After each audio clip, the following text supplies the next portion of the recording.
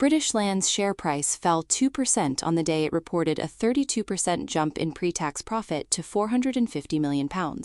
That inversion is the question this analysis is built around, because the surface reading, strong numbers, weak price, does not survive contact with what actually happened inside those results. The impairment thesis on UK office real estate investment trusts has been the dominant positioning frame since 2020. Remote work structurally reduces occupancy pressure compresses rents, rent compression forces asset write-downs, and write-downs trigger forced selling by income mandate holders. That chain has governed how institutional capital has been weighted against British Land for 5 years, and the FY results did not merely dent it, they reversed each link in sequence. Occupancy in British Land's office portfolio reached 95% at the end of March, against a 91% average across European Public Real Estate Association members. The gap matters not as a bragging figure but as a positioning signal.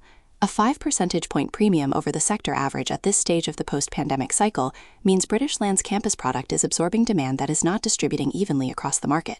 The source of that concentration is the element the impairment thesis never modeled, a named tenant class that did not exist at scale in 2020.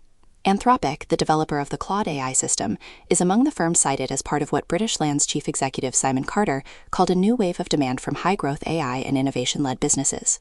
That is not a generic technology tenant. Anthropic is one of the most capitalized private AI companies in the world, and its lease decision carries a signal about where the frontier AI cluster intends to anchor in London.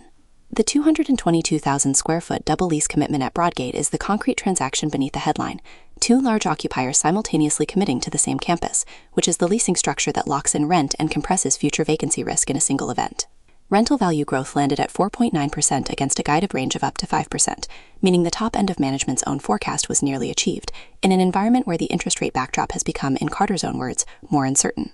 The question the results force is why capital that witnessed all of this moved the share price lower rather than higher on the day, and the answer does not sit inside the results themselves. The mechanism connecting British Land's operational performance to its share price runs through a yield gap that the FY results widened rather than narrowed, and that gap is the reason institutional repositioning has not yet followed the operational evidence.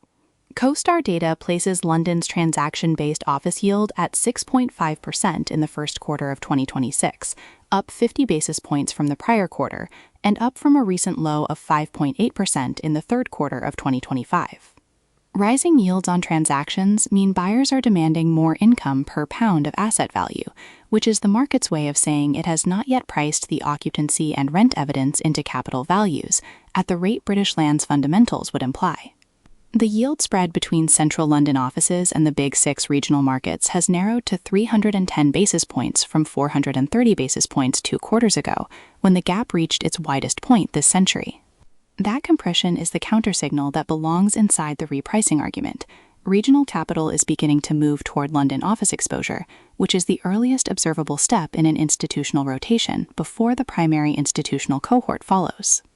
The position pressure change that made this rotation rational at this moment is supply exhaustion at the top end of the London market. British Land's retail parks running at 99% occupancy and its offices at 95% means the available float of premium space is structurally thin. When supply is thin and a new tenant class with strong balance sheets enters the market, the rent negotiation shifts toward the landlord faster than transaction yields reflect, because lease signings lead valuation surveys by 2 to 3 quarters. The 4.9% rental growth already embedded in British Land's book is therefore a lagging number relative to what the Broadgate commitment and the AI tenant pipeline imply for the next leasing cycle. Income mandate holders reuse transaction yield as their entry signal are still waiting for the yield to compress before they reposition, but the lease evidence already logged means that compression may arrive as a single repricing event rather than a gradual slide. The institutional cohort that moved first in this thesis is already holding a position based on operational evidence. The cohort waiting for yield confirmation has not yet repositioned, and the share price sitting below its year-to-date level reflects that the second cohort's weight is still absent from the demand side. What that timing structure does not settle is whether the yield compression arrives before or after the macroeconomic uncertainty Carter flagged, because the interest rate path is the single variable that can delay the confirmation signal indefinitely, leaving the operational thesis intact while the capital repricing stalls. British Land is explicitly reverting to the investment strategy it deployed after Russia's invasion of Ukraine, concentrating in well-located, high-quality assets in supply-constrained markets, which is a management signal that the macro environment has deteriorated enough to warrant a defensive posture inside an operationally strong book.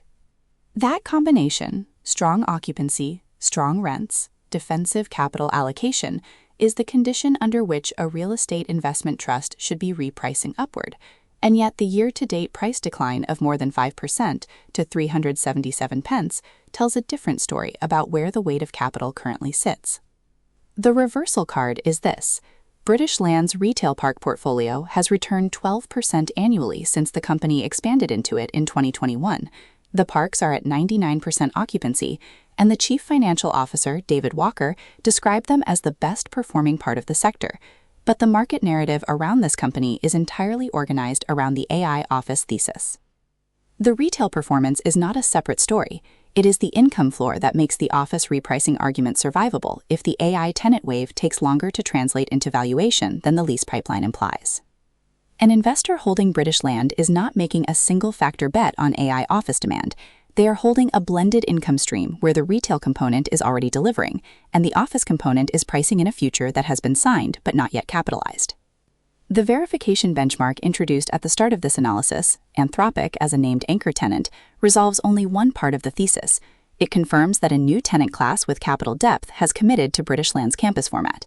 What it does not confirm is the rate at which the transaction yield closes toward the rent evidence, and that rate is the variable that determines whether the institutions currently absent from the demand side reposition in this cycle or wait for the next one. The monitoring variable is the London transaction-based office yield reading for the second quarter of 2026. If it compresses from the current 6.5% toward the 5.8% recent low without a corresponding deterioration in the macro backdrop, the institutional confirmation signal will have arrived, and the share price gap to operational performance will close. If yields stay elevated or widen while occupancy holds, the thesis is intact but the capital event is delayed, which is a different risk from the thesis being wrong. Every day after the close, we publish a market wrap and key issue analysis. Subscribe to the channel.